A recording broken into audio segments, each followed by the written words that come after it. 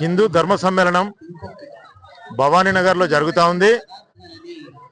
ఇది ఒక రకంగా ఈ హిందూ ధర్మంలో హిందువుల లోపల ఒక చైతన్యాన్ని నింపడానికి ఏర్పాటు చేసినటువంటి వేదిక అని నేను భావిస్తా ఉన్నా. సనాతన ధర్మం లోపల ఏవైతే గొప్ప గొప్ప విషయాలు మరుగున పడ్డాయో వాటిని కనుక చెప్పకపోతే, వాటిని కనుక బయటికి తెలియజేయకపోతే మన జన్మకి సార్థకత ఉండదని కొంతమంది పెద్దలు ఇటువంటి సమావేశాలు ఏర్పాటు చేస్తా ఉన్నారు. ఇది చాలా అద్భుతమైన సమావేశం. ఇందులోపల పార్టిసిపేట్ అయినటువంటి ప్రతి ఒక్క హిందూ కూడా తన జాతి గురించి, తన ధర్మం గురించి, తన భూమి గురించి, తన పూర్వుల యొక్క చరిత్ర గురించి తెలుసుకునే అవకాశం ఉంటుంది.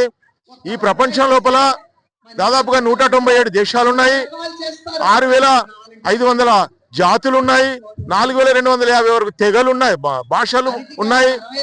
అయినా కానీ ఏ ధర్మం కూడా మన ధర్మం లాగా సర్వే జన సుఖినో భవంతు అని చెప్పలేదు. అంటే అందరూ బాగుండాలి, అందులో మనం ఉండాలి అని చెప్పినటువంటి ధర్మం మన సనాతన ధర్మం. అంత గొప్ప ధర్మంలో జన్మించిన మనం పూర్వజన్మ సుకృతం వల్ల ఈ భారతదేశంలో జన్మించామనే భావన హిందువుల లోపల ఉండాలని, హిందువుల లోపల చైతన్యం రావాలని ఈ సమావేశాలు ఏర్పాటు చేస్తా ఉన్నారు. కాబట్టి ఇందులోపల ప్రతి హిందూ కూడా పాల్గొని తన యొక్క పునాదిని, తన యొక్క బలమైన చరిత్రని, తన యొక్క గత చరిత్రని తెలుసుకొని భావితరాలకు మార్గదర్శకంగా ఉండాలని ఆలోచిస్తున్నారు. ఆ దిశగా మనం ప్రయాణిద్దాం. జై హింద్. జై శ్రీరామ్. జై శ్రీరామ్. జై శ్రీరామ్.